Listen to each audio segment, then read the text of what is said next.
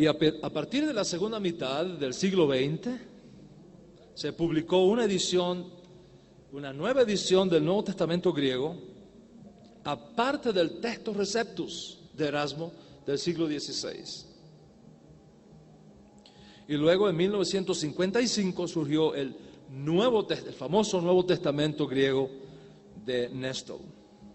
Yo recuerdo que durante mis años de estudiante del seminario de la Escuela de Teología en Cuba, por 4 años estudiamos el griego del Nuevo Testamento siguiendo la versión griega de Néstor. Todavía tengo ahí en mis archivos los apuntes de esos 4 años de estudio del griego del Nuevo Testamento. No necesariamente del Textus Receptus. Hoy día, con los nuevos descubrimientos arqueológicos posteriores a Erasmo y posteriores a Néstor, tenemos manuscritos mucho más antiguos que los usados en el Textus Receptus, y una revisión de todo este trabajo previo era una exigencia académica. Y debido a esto podemos decir que toda versión que provenga del Textus Receptus por asociación está fundamentada en textos secundarios, producto de diferentes versiones textuales tardías, y por tanto no expresan necesariamente la palabra final en la traducción bíblica. Además de esto, hay que decir que en toda revisión de los manuscritos griegos se ha pasado por alto, y esta es una de las bondades de nuestra versión del Código Real, Hasofén Jabaljuti. Se ha pasado por alto, decía, el hecho de que existen evidencias, más allá de cualquier duda razonable, de un estrato hebraico en el Nuevo Testamento que debe ser tenido en cuenta a la hora de considerar seriamente cualquier versión del Nuevo Testamento, si es que buscamos acercarnos lo más posible al autor original.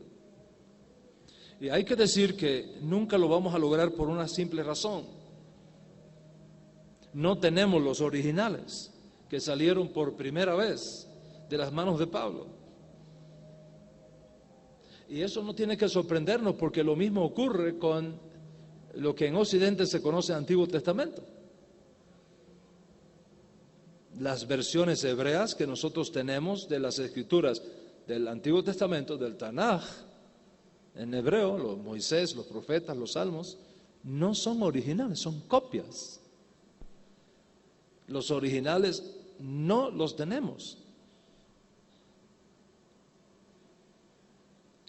Entonces, nunca lo vamos a lograr por esa simple razón. El día que tengamos los manuscritos originales, será otra historia. Mientras tanto, tenemos que trabajar con este proceso de revisión y restauración y mejoramiento constante.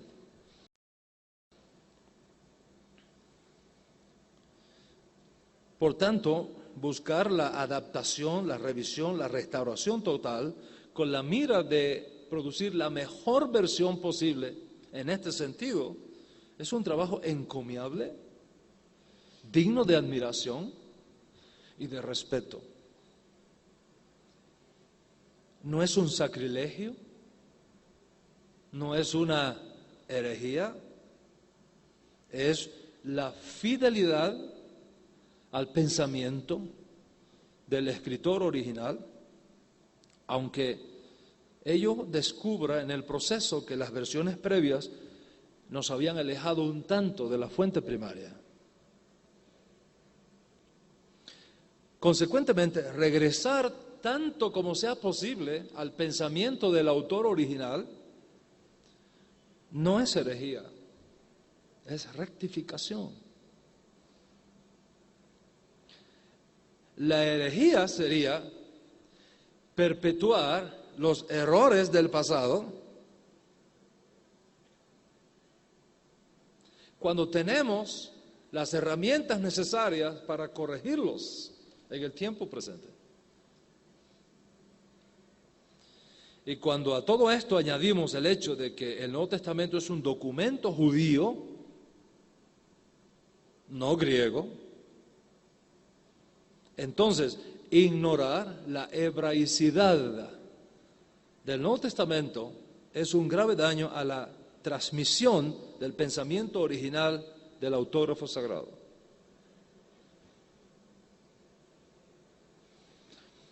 Y cuando digo que el Nuevo Testamento es un documento judío, quiero decir que el núcleo central de su sustancia es hebraico. Y consecuentemente, ignorar ese trasfondo hebreo del Nuevo Testamento es un grave daño, no solamente a la traducción, sino incluso a la exégesis y proclamación de las enseñanzas del Nuevo Testamento.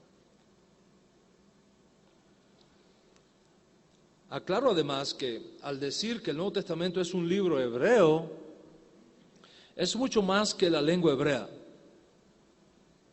Significa que sus conceptos, sus valores, sus principios, sus puntos de vista, su perspectiva de Dios, de la salvación, del perdón de los pecados, de la redención, etcétera, provienen del judaísmo bíblico. Provienen de una perspectiva hebrea, profética, de la vida, de una mente hebrea,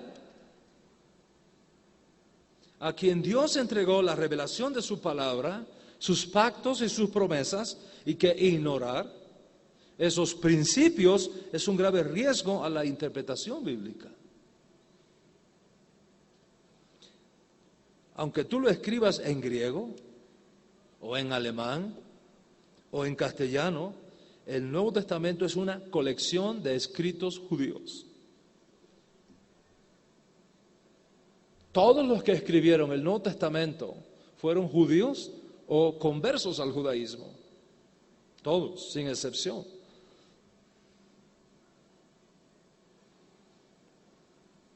Fueron hechos por judíos acerca de un maestro judío que enseñó en hebreo, de temas hebreos, a un pueblo judío y que ordenó que su mensaje fuese esparcido a favor de todos los hombres bajo el cielo. Hoy contamos con suficiente evidencia, más allá de cualquier duda, para decir que Yeshua habló en hebreo, incorporando a esa lengua santa, por supuesto, palabras importadas del arameo, que es una lengua semítica comparable con el hebreo. Y la evidencia con que hoy contamos demuestra que el mensaje original fue dirigido a judíos sencillos y también a rabinos, a maestros, doctores de la ley de Dios, en un contexto hebreo.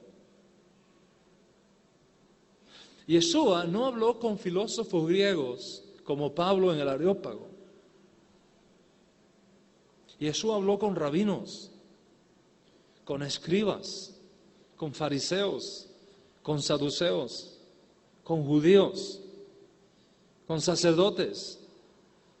Habló acerca del templo de Jerusalén, de la sinagoga, la tierra de Israel, en las casas de los judíos, en las familias judías de su generación. Usted no puede ignorar eso.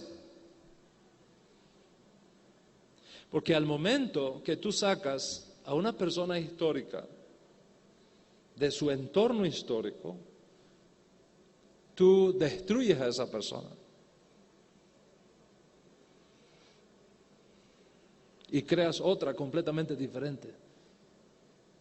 Un gran filósofo de la generación pasada decía: yo soy yo y mi circunstancia.